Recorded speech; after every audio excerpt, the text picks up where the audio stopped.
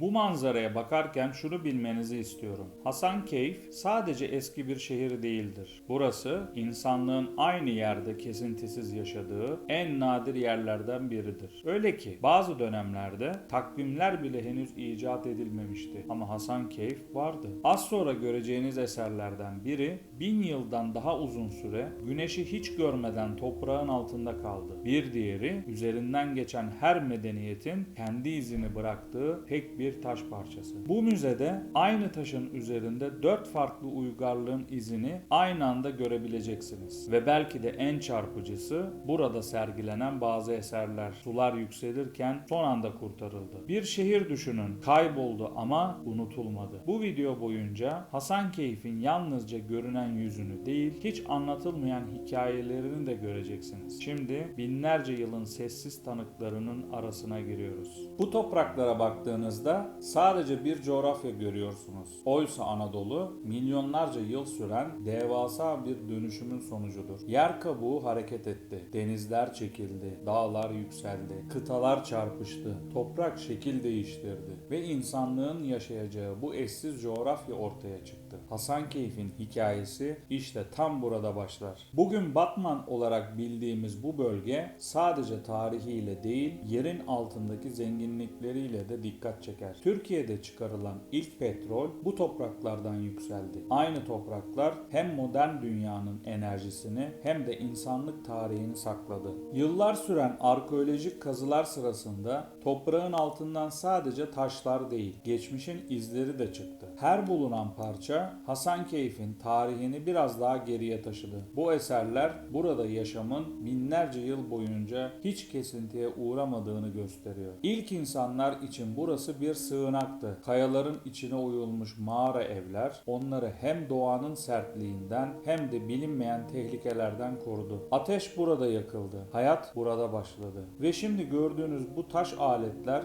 İnsanlığın doğayı şekillendirmeye başladığı ilk adımlardır. Basit görünebilirler ama medeniyet bu taşlarla doğdu. Şu anda gördüğünüz bu canlandırma bizi on binlerce yıl öncesine götürüyor. Paleolitik çağda Hasankeyf'te yaşayan insanlar için mağaralar sadece bir barınak değildi. Burası hayatın kendisiydi. Ateş burada yakıldı. Taş aletler burada şekillendi. Avdan dönen insanlar günün hikayesini burada paylaştı. Duvarlara yansıyan alevler karanlığı aydınlatırken bu mağaralar insanlığın ilk yuvası oldu. Ilısu Barajı ve HES projesi kapsamında bu bölgenin sular altında kalacağı kesinleştiğinde Türkiye'nin en kapsamlı arkeolojik kurtarma çalışmaları başlatıldı. Yıllar süren kazılar boyunca Hasankeyf ve çevresinde farklı dönemlere ait çok sayıda yerleşim alanı tespit edildi. Bu çalışmalar sırasında Paleolitik dönemden Orta Çağ'a kadar uzanan geniş bir zaman aralığına ait eserler ortaya çıkarıldı. Yapılar belgelenerek kayıt altına alındı. Taşınabilir nitelikte olan eserler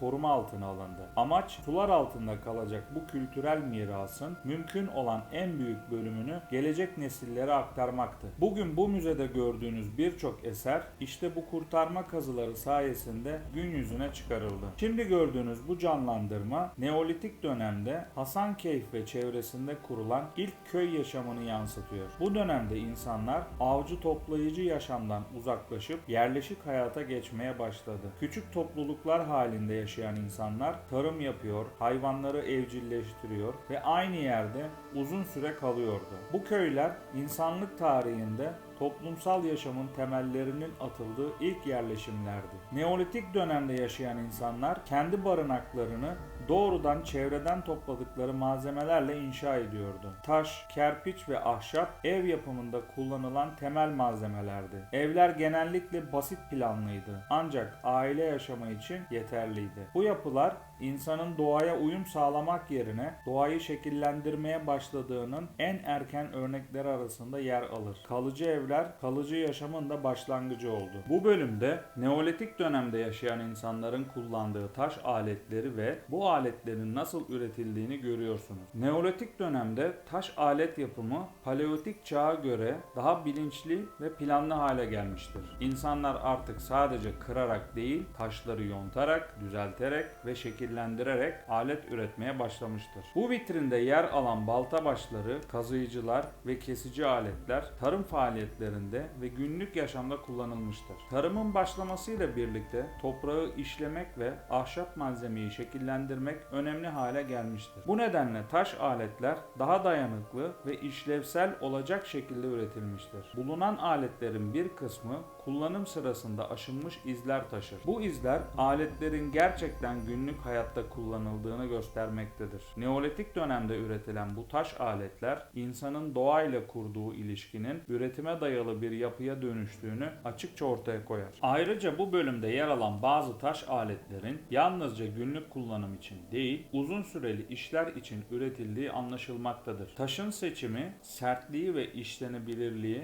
göz önünde bulundurularak yapılmıştır. Bu da Neolitik insanının çevresini dikkatle gözlemlediğini gösterir. Aynı tür aletlerin farklı boyut ve biçimlerde üretilmiş olması iş bölümünün ve uzmanlaşmanın bu dönemde başladığını düşündürmektedir. Bu buluntular Neolitik dönemin yalnızca bir geçiş evresi değil, planlı üretimin ve kalıcı yaşamın temellerinin atıldığı bir dönem olduğunu ortaya koyar. Neolitik çağda ölü gömme geleneği günlük yaşamın bir parçasıydı. Bu dönemde insanlar ölen bireyleri yerleşim alanlarının içine, çoğu zaman evlerin tabanına gömüyordu. Bu uygulama atalarla bağın kopmadığını, yaşam ile ölümün aynı mekanda devam ettiğini gösterir. Burada gördüğünüz canlandırma Neolitik dönemde mekan için mezar uygulamasının nasıl yapıldığını yansıtmaktadır. Bu mezarlar dönemin inanç sistemi hakkında önemli ipuçları sunar. Bu canlandırmada Neolitik dönemde yaşayan bir insanın elinde taş balta ile tarımsal faaliyetlerde bulunduğunu görüyorsunuz. Yandaki canlandırmada ise taş aletler kullanılarak buğday hasadının nasıl yapıldığını gösterilmektedir. Bu sahneler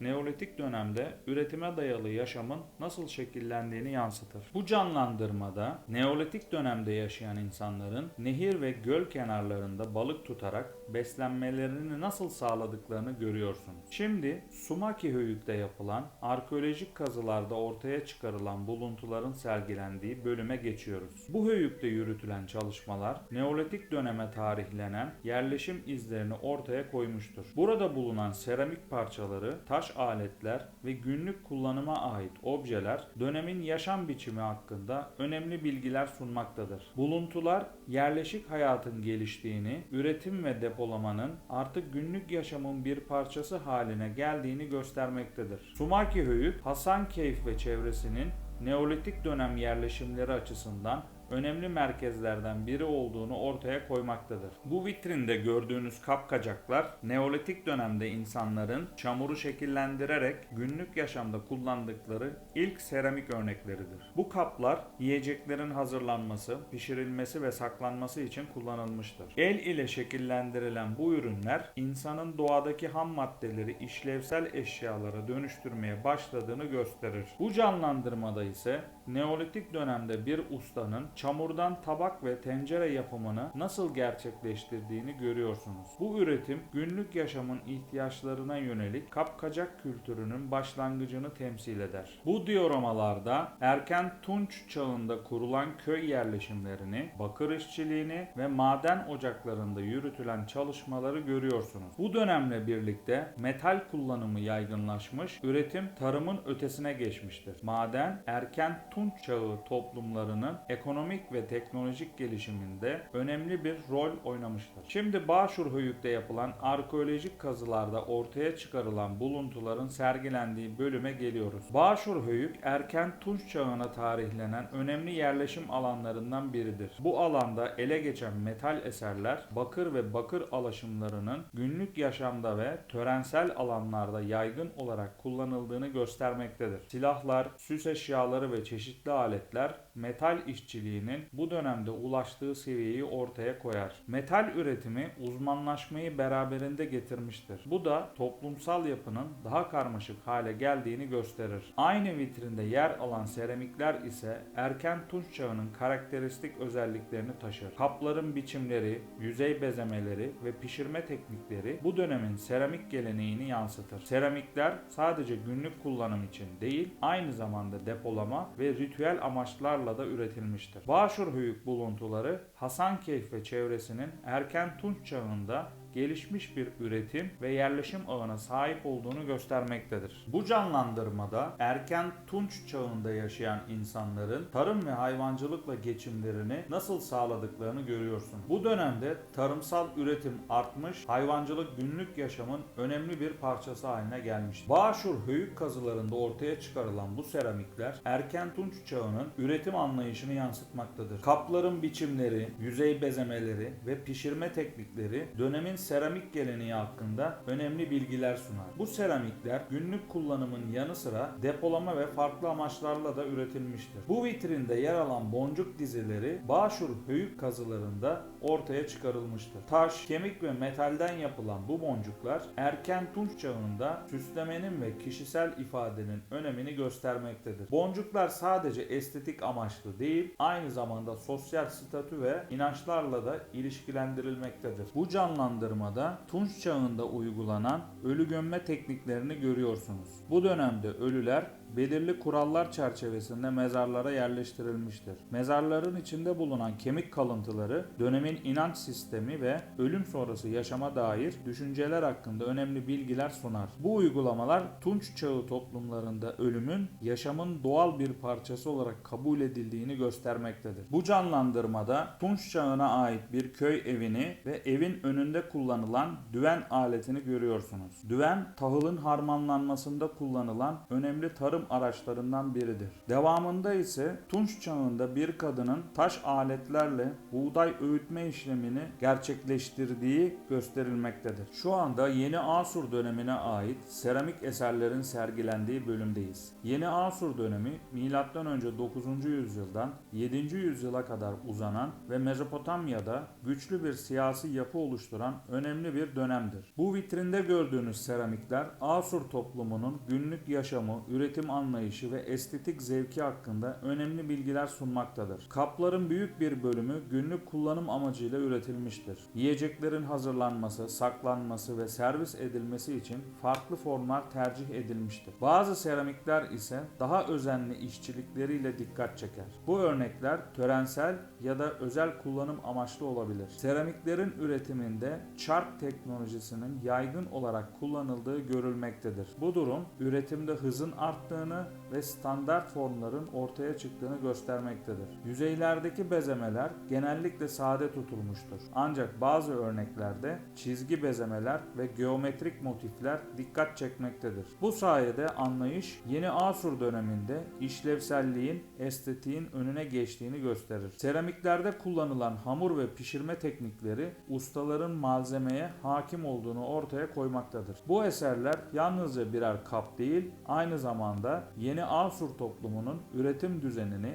ticari ilişkilerini ve günlük yaşam pratiklerini yansıtan önemli arkeolojik buluntulardır. Hasankeyf ve çevresinde ele geçen Yeni Asur dönemi seramikleri bölgenin Mezopotamya kültür havzasıyla güçlü bağlar kurduğunu açıkça göstermektedir. Şu anda Çataltepe höyüğü kazılarında ortaya çıkarılan Roma dönemine ait takıların ve arkeolojik eserlerin sergilendiği bölümdeyiz. Roma dönemi bu coğrafyanın geniş ticaret ağlarına dahil olduğu önemli bir zaman dilimidir. Burada gördüğünüz yüzükler, bilezikler ve çeşitli süs eşyaları Roma toplumunda takının yalnızca süslenme amacıyla değil, aynı zamanda sosyal statünün bir göstergesi olarak da kullanıldığını göstermektedir. Takılarda kullanılan metal ve taşlar bölgenin ticari ilişkileri hakkında önemli ipuçları sunar. Aynı vitrinde yer alan diğer arkeolojik eserler ise günlük yaşama dair farklı kullanım alanlarını yansıtmaktadır. Bu buluntular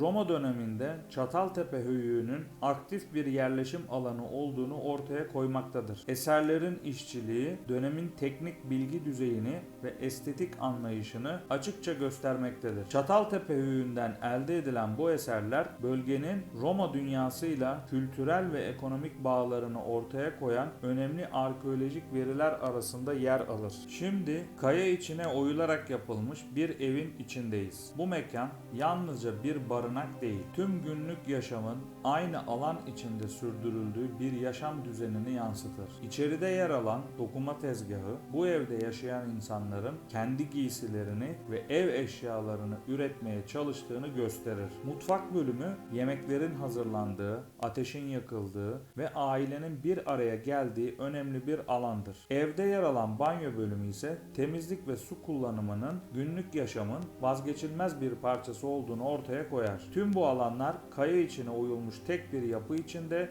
bir araya getirilmiştir. Bu ev geçmişte insanların doğayla uyum içinde üretken ve düzenli bir yaşam sürdüğünü bize göstermektedir. Şimdi karşımızda Hasankeyf'in sular altında kalmadan önceki en önemli yapılarının maketlerini görüyoruz. Ulu Cami, yüzyıllar boyunca bu kentin ibadet ve toplanma merkezi olmuştu. Artuklu Hamamı, yalnızca bir temizlik alanı değil, sosyal yaşamın kalbinin attığı önemli bir yapıydı. Artuklu Köşkü, Dicle Nehri'ne hakim konumuyla yönetimi, gücü, ihtişamı simgeliyordu. Ve Hasankeyf Köprüsü, Orta Çağ'ın en büyük taş köprülerinden biri olarak kenti ticaret yollarına bağlayan hayati bir geçiş noktasıydı. Şimdi bu yapıları yalnızca maketler ve görseller üzerinden görebiliyoruz. Birazdan göreceğiniz fotoğraflar Hasankeyf'in bugün artık sular altında kalan büyük bölümlerini belgeliyor. Ilısu Barajı'nın suları yükselmeden önce Hasankeyf köprüleriyle, camileriyle, türbeleriyle ve mağara yerleşimleriyle yaşayan bir kentti. Bu fotoğraflar artık yerinde olmayan sokakların,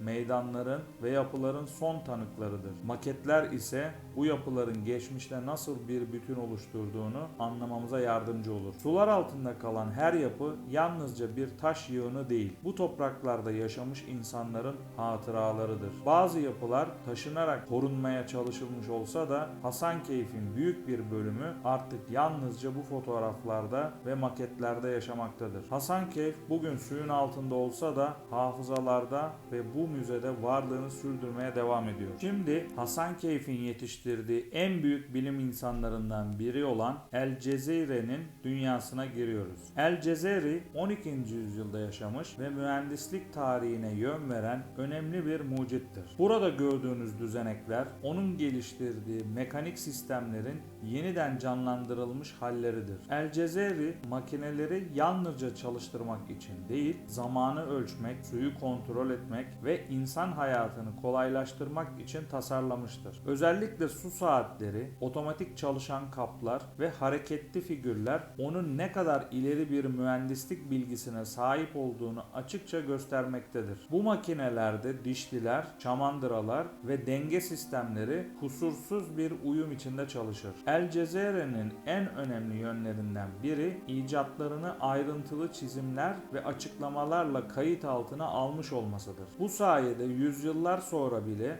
onun makineleri yeniden yapılabilmiş ve çalıştırılabilmiştir. El Cezeri modern robotik ve otomasyon sistemlerinin öncülerinden biri olarak kabul edilir. Bu bilim merkezi geçmişte üretilen bilginin günümüze nasıl ışık tuttuğunu bizlere göstermektedir. El Cezire'nin mirası yalnızca Hasankeyf'in değil, tüm insanlığın ortak bilim mirasıdır. Şimdi Hasankeyf'te yapılan kazılarda ortaya çıkarılan seramik buluntularını ve bu eserlerin nasıl üretildiğini gösteren atölye canlandırmalarını görüyoruz. Hasankeyf, yüzyıllar boyunca seramik üretiminin önemli merkezlerinden biri olmuştur. Burada sergilenen kaplar, günlük yaşamda kullanılan tabaklar, testiler ve saklama kaplarından oluşur. Seramik atölyesi canlandırmalarında ise ustaların çamuru yoğurduğunu, çarkta şekillendirdiğini ve fırına hazırladığını izleyebiliyoruz. Bu üretim süreci yalnızca teknik bir işlem değil, ustalık, deneyim ve zaman gerektiren bir sanattır. Seramikler Hasankeyf'teki ticaretin ve gündelik yaşamın vazgeçilmez bir parçası olmuştur. Bugün bu buluntular geçmişteki üretim kültürünü ve zanaatkarların emeğini bizlere aktarmaktadır. Şimdi Hasankeyf'te bulunan mezar taşlarını görüyoruz. Bu taşlar yalnızca birer mezar işareti değil, üzerlerindeki yazılar ve süslemelerle dönemin inanç dünyasını ve toplumsal yapısını yansıtan önemli belgelerdir. Bir sonraki vitrinde ise Hasankeyf'te bulunan sikkeler yer alıyor. Bu sikkeler kentin ekonomik hayatı ve ticaret ilişkileri hakkında önemli bilgiler sunmaktadır. Üzerlerinde yer alan yazılar semboller ve figürler sikkelerin basıldığı dönemi ve siyasi otoriteyi ortaya koymaktadır. Hasankeyf tarih boyunca önemli ticaret yolları üzerinde yer aldığı için sikke basımı büyük bir öneme sahipti. Bu paralar yalnızca alışverişte kullanılan bir araç değil, aynı zamanda gücün ve hakimiyetin bir göstergesiydi. Şimdi ise Hasankeyf'te sikkelerin nasıl basıldığını gösteren darphane dioramasını görüyoruz. Bu canlandırmada madeni paraların kalıplarla şekillendirildiğini ve el gücüyle basıldığını izleyebiliyoruz. Bu süreç dönemin teknik bilgisini ve zanaatkar ustalığını açıkça ortaya koymaktadır. Şimdi geçmişte bu topraklara yolu düşen seyyahların gözünden Hasankeyf'e bakıyoruz. Onlar için Hasankeyf yalnızca bir şehir değil, Dicle'nin kıyısında yükselen taşla, suyla ve insanla bütünleşmiş bir duraktı. Seyyahlar burayı kaleleriyle, köprüleriyle ve kayalara oyulmuş evleriyle anlatırdı. Bu canlandırma Hasankeyf'in yüzyıllar boyunca yolculukların ve hikayelerin kesiştiği bir yer olduğunu hatırlatıyor. Hasankeyf, seyyahların anılarında bugün hala yaşamaya devam ediyor. Bu müze yalnızca eserlerin sergilendiği bir yapı olarak kurulmadı. Hasankeyf Müzesi, binlerce yıl boyunca Dicle Nehri'nin kıyısında şekillenen bir uygarlığın hafızasını korumak için inşa edildi. Ilısu Barajı projesiyle birlikte Hasankeyf'in büyük bir bölümü sular altında kalmadan önce bu topraklarda zamanla yarışan büyük bir arkeolojik çalışma başlatıldı. Kazılar yapıldı, eserler belgelendi, yapılar taşındı ya da kurtarılabildiği kadar kurtarıldı. İşte bu müzede gördüğünüz her eser o zamana karşı verilen sessiz ama kararlı mücadelenin bir parçasıdır. Seramikler, taş aletler, sikkeler, takılar, mezar taşları hepsi artık suyun altında kalan bir yaşamın tanıklarıdır. Bu eserler bir zamanlar insanların dokunduğu, kullandığı, ürettiği ve anlam yüklediği nesnelerdi. Ama bugün onlar sadece geçmişe ait objeler değil, bir kentin hafızasıdır. Hasankeyf, Paleolitik çağdan Roma'ya, Artuklu'dan Osmanlı'ya kadar kesintisiz bir yaşamın sürdüğü nadir yerlerden biriydi. Mağaralarda ateş yakıldı, taşlardan aletler yapıldı, seramikler üretildi, paralar basıldı, köprüler kuruldu ve bütün bu yaşam Dicle'nin akışıyla birlikte devam etti. Ta ki sular yükselene kadar. Bugün Hasankeyf'in büyük bir bölümü artık suyun altında. Sokaklar, evler, ibadet mekanları ve anılar görünmez halde. Ama tarih yalnızca ayakta kalanlarla var olmaz. Tarih hatırlananlarla yaşar. Bu müze işte tam da bu yüzden var. Burada sergilenen her eser bize şunu hatırlatır. Bir kent kaybolabilir ama hikayesi anlatıldığı sürece yok olmaz. Hasankeyf'in hikayesi artık kayaların arasında değil. Bu vitrinlerde, bu canlandırmalarda ve bu anlatılarda yaşamaya devam ediyor. Belki artık Dicle'nin kıyısında yürüyemiyoruz ama bu hikayeyi dinleyebiliyoruz. Ve dinlediğimiz sürece Hasankeyf hala bizimle. Çünkü bazı şehirler suyun altında kalır ama insanlığın hafızasında sonsuza kadar ayakta kalır. Bu yolculukta Hasankeyf'in hikayesini birlikte tanıklık ettiğimiz için teşekkür ederim. Eğer bu anlatım sizde de bir iz bıraktıysa tarihin ve kaybolan kentlerin hikayelerini birlikte keşfetmeye devam edebiliriz. Bu tür belgesel anlatımları, özel görüntüleri ve unutulmuş hikayeleri kaçırmamak için kanala abone olmayı unutmayın. Bir sonraki hikayede görüşmek üzere.